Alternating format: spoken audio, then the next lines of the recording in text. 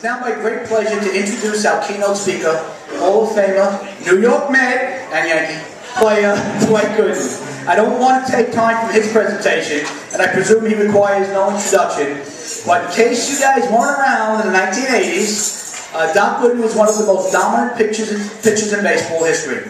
He's the youngest recipient ever of Major League Baseball's Cy Young Award and made his professional debut in the 1980s and rose to fame with the New York Mets. He was Rookie of the Year and went on to produce one of the most statistically amazing seasons in baseball history, going 24-4, 16 complete games, 8 shutouts, 268 strikeouts, and 276 2/3 innings with a 1.53 ERA. And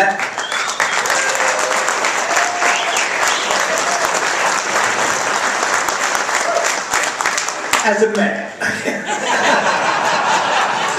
In 1986, he took the Mets to the World Series for the first time since 1969, which I do remember. But in 96, he threw a no-hitter for the New York Yankees and went on. All right, that's it.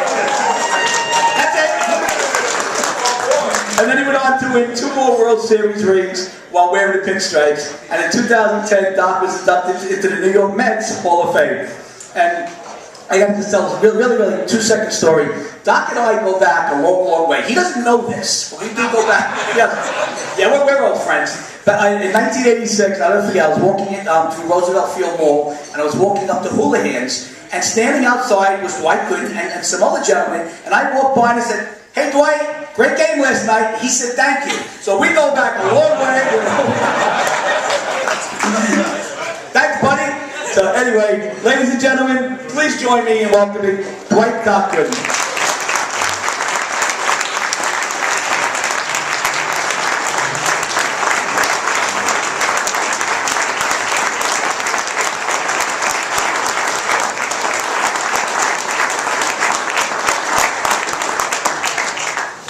How you guys doing this afternoon? Everybody doing good? You know, it's always good for me to be back in the area. When I played with the Mets and Yankees, I stayed in Roslyn, off of Shelter Rock Road. Obviously from Florida, and so once I retired back in Tampa, but the first chance I got, I wanted to figure that, you know, nobody would pick retire to go south. I did the opposite, I came north, but I always felt like New York is my home, especially Long Island. I like to say that I was born in Tampa, but I was raised in New York, because I came here at 19. And I like the opportunity to come to events like this because as a player, you know, everything's quick. You meet somebody, you know, you shake hands, you take a picture, you gotta go do your work, what have you. But when I come to events like this, it's my opportunity to say thank you to you guys for the energy you guys gave me as a player, for the support you guys always gave me, you know, off the field, through my ups and downs.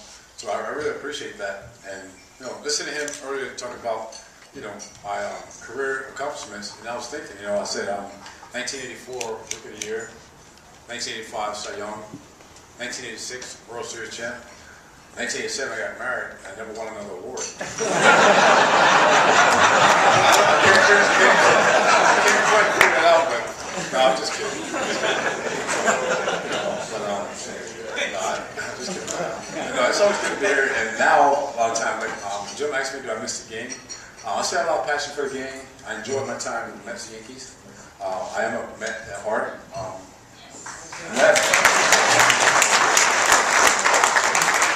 Got a lot of Met fans here.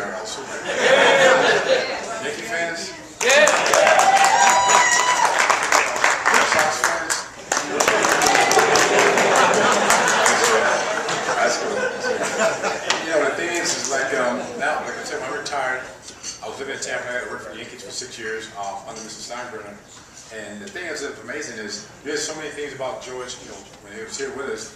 But George is a good man. I got to know the guy that not too many got to know. Real caring guy. He did a lot of stuff in the Tampa community. But George is the type, he liked to do a lot of things where nobody knew about helping others, helping communities, helping those in need. And just a kind man. But he also had the other side where he was, you know, the guy that you heard about. And I'll share this quick story with you. 1995. When I signed the Yankees as a free agent, and basically just said, you know, Doc, stay out of trouble, have a good career, you can fine, win some games. Unfortunately, in 1996, I started out 0-3, and I remember after the third loss, so I'm walking out of the stadium, and I'm with my wife, and I said, "There's Mr. Steinbrenner, I introduce you." So as he got close, I said, "Hey, boss, how you doing? I'd like to meet my wife, Monica." He said, "When you own that effing game?" So I That's Mr. Stammer. The thing about Joe, later on he apologized to her, he saw flowers. He's just a kind man and really caring guy. And, you know, I learned a lot from him. He was like a second father to me. And I really appreciate things he did for me and my family. And even the community, my Little League park I played at, my high school, I played as well. Today, a lot of things I do, I'm a spokesperson for PIANY.org, which is breast cancer out here. We help those build their charities and network with them. Also helping those for second chances on whatever that might be. We all sometimes struggle. We may have family members that struggle, but being there to support them and know that somebody cares. And I really get a lot out of that. I have 7 kids now. Not 7 baby mamas. 7 kids. I was married twice. So I had 5 kids from my first wife and 2 from my second. And my 17-year-old son, Darren, he's actually a redshirt freshman at University of South Florida. He's a pitcher. Wade Boggs, a lot of you guys may know, he's his high school coach for 4 years. My 10-year-old son, Dylan, actually coaches baseball team and basketball team. Not that I know much about basketball, but just about getting out there and helping the kids, because as a player, when you're playing, you miss all the school activities, you miss all the league stuff, so now it's about being there for those guys. And I'll tell you a quick story about Dylan. He's 10 now. 2 years ago was his first year playing organized baseball, and I was coaching him. He said, "Dad, I want to pitch." And he never seen me play. The only time he saw me play was in '09 in the Yankees old-timer game. So when he's pitching, I'm trying to talk to him about balance and keeping him up. So he turns to Dad, "What do you know about pitching?" I'm telling him, I said, "I know about pitching. I pitch." He said, "Well, you pitch against the old guys. That don't really count." He said, my cousin Gary Shuffle, he said, Gary played baseball, but he's starting to figure out now, because I guess a lot of his teammates, their parents know him, so he's starting to accept me for a former player. Most kids, you're just dad or mom, and that's pretty much it. My kids, like my older kids now, I guess I went to adults to move in with me. I'm living here now. I have 4 of my kids living with me. 2 of my daughters, 23 and 25, actually works with the Mets in marketing. They're doing quite well. But my 20-year-old son, Devin, was a good baseball player as a kid. And when he got to middle school, he wanted to go to basketball. He's like 6'6", 230. Baseball, to me, was the best sport. But as kids, you don't want to push them too much, and you have to support them in whatever it may be. So now I think he's trying to understand that baseball probably is a better sport. And he's actually going to get in a trial. I'm like, "Well, son, you haven't played since you was like 15." So he's doing okay now. He's working with Nike and he's doing quite well. And my oldest son, Dwight Jr., he's an agent now with Gary as well. He's living up here, and I made a mistake with him where he's Dwight Jr. He went to the same high school. He was a pitcher. The expectation was just too much for him, and I think his junior year in high school, he just decided to give it up. But he's doing quite well now in the music business as well. So everything's going well, feeling good, everybody's healthy. March 11th made 4 years of my sobriety, which is a blessing by God to do that.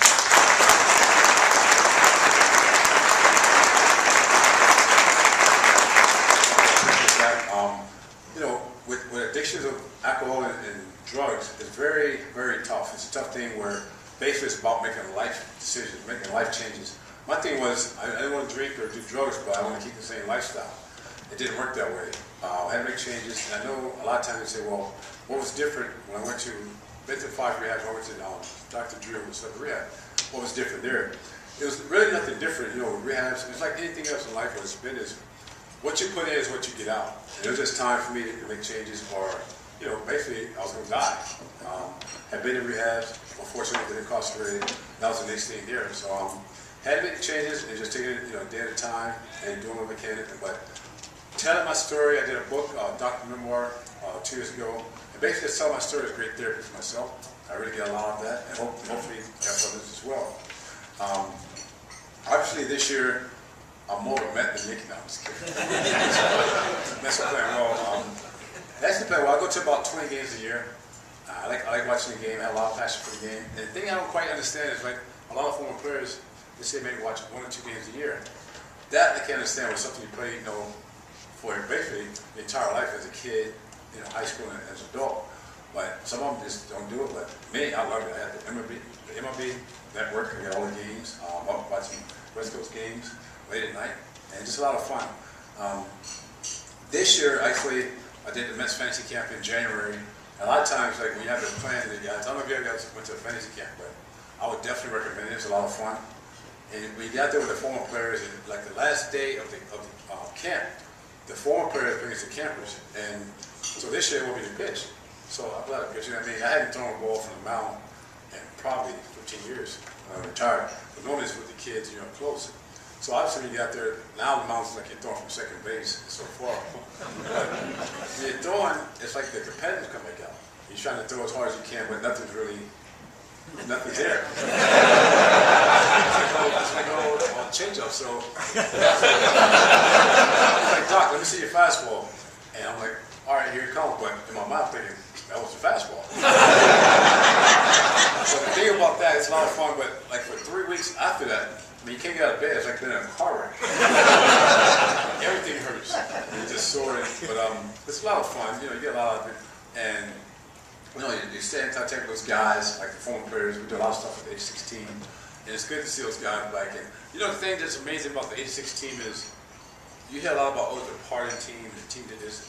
But I tell you, there's a lot of talent on the team. A lot of guys had a lot of baseball knowledge on the team. We spend a lot of time after games in the clubhouse talking baseball, and now it's a lot of those guys that are coaching. I think some of them could be managers. Wally Bikeman to name one, and they don't get the credit for that. You know, in the '80s, partying and all that stuff, everybody did it, but the Mets got labeled. I guess because it was in New York and it was winning, so it made a lot different. But now I think I get asked a lot about what's the difference playing with the Mets and the Yankees. I think the one thing with the Mets was we always want to give ourselves a chance to compete in September. So let's give our chance to stay healthy. And so in 1986, in 84 and 85, we came very close. We lost to the Cubs in 84. Then 1985, we actually won 98 games, but you know, went home. Always said I had a wild card right then. But the thing is, like, okay, then Davey in 86 said, you know, our goal is to win the World Series. A lot of times in spring training, you get where the owner talks, the general manager talks, the manager talks, what have you. But in 86, Davey cut everybody off and said, our main goal is to win the World Series, and that's it. So we did that. A lot of guys had a lot of talent, could have been stars on other teams, but they put all the egos aside and went out and played well. And I mean, it was a great year in 86. Something that year, as you guys know, always been talked about. Not just because of Game 6 in the World Series, but also because of the playoffs. With the Yankees, Mr. Steinbrenner just took over the whole meeting where it was like, win the World Series or it's a bust. That was it. There was nothing else about it. And so with the Mets, obviously, with the front office, it's great. I like the Will Bonds. I know they got a lot of heat the last couple of years, but they really are caring guys. They do a lot for the players, not only players, but the players' families as well. And I really like that. I get asked a lot about my favorite memory in baseball. And like I said, I'm a Met at heart, always been a Met. But my favorite memory in baseball, and with this, was with the Yankees, you know, with no hitter. And the thing about that was, like my dad, he had been on dialysis for 15 years. He was very sick, and the day after no hitter, he was actually getting ready to have open heart surgery the following day. And because of his health, they didn't think he'd make it.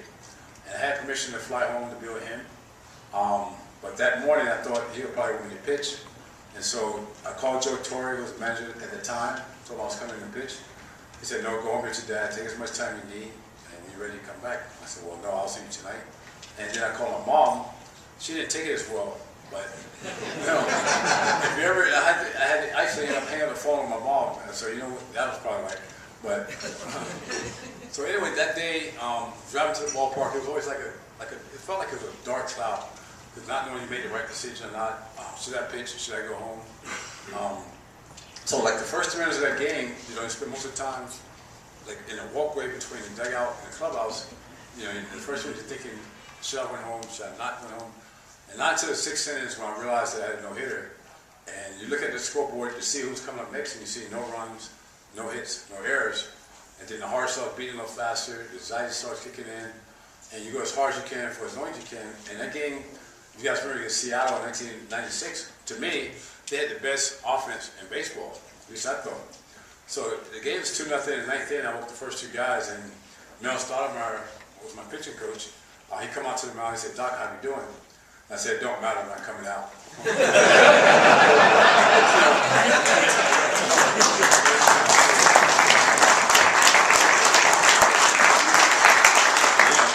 When you get that close to no hitter, I mean, you got to go for it. Especially if you guys remember in 1996, I started out 0-3. And if you ever heard of a starting pitcher being benched, I was actually benched. Normally, when you're starting pitcher, you struggle, you put you in the bullpen, and you work things out, but Torrey actually benched me. I was in the bullpen and never got to throw. Just sat there, and unfortunately, my good friend still today, David Cohen, had the aneurysm, and that put him out, and that's got me back into the rotation. And so it was actually my fourth start back into the rotation when I had the no-hitter. And so at that point, the 19th, he's going all out to do it. Obviously, getting the last out, probably the last pitch of that game to Paul Sorrento was probably the worst pitch I ever thrown. Hanging curveball, I mean, basically just sitting around the tee, and he popped it up. And once the out was made, my teammates were carrying him off the field. I mean, you're thinking about like the year before where you was, you're thinking about your dad, you're thinking about being back in New York, playing in Yankee Stadium, all the history and everything there, and what just took place. Because if you ever thought of if I was going to throw a no-hitter, it probably happened in the 80s when basically, you're on top of the game and going. But that day, it was definitely a power grid in myself that got me through that because of the situation I was going through with my dad. And the game was over, obviously, you call home, you talk to everybody, and the next morning, I flew home, went to the hospital, took one ball from the game to get my dad, and he had the surgery. At that point, he was on life support, but the doctor said he did watch the game. He never made it home from the hospital, but the last game he saw me pitch was definitely a no-hitter.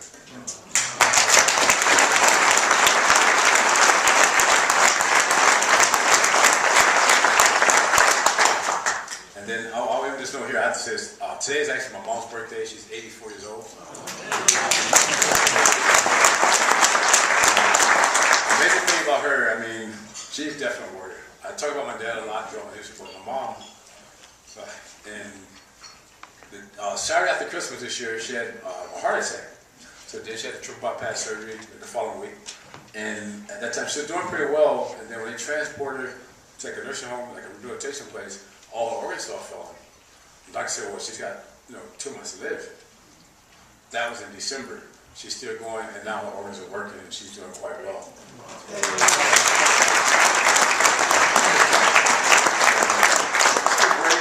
It's good to be back in New York. I always feel like, you guys are family here. And again, thank you guys for all the support on the field and off the field. It's great to be here with you guys today.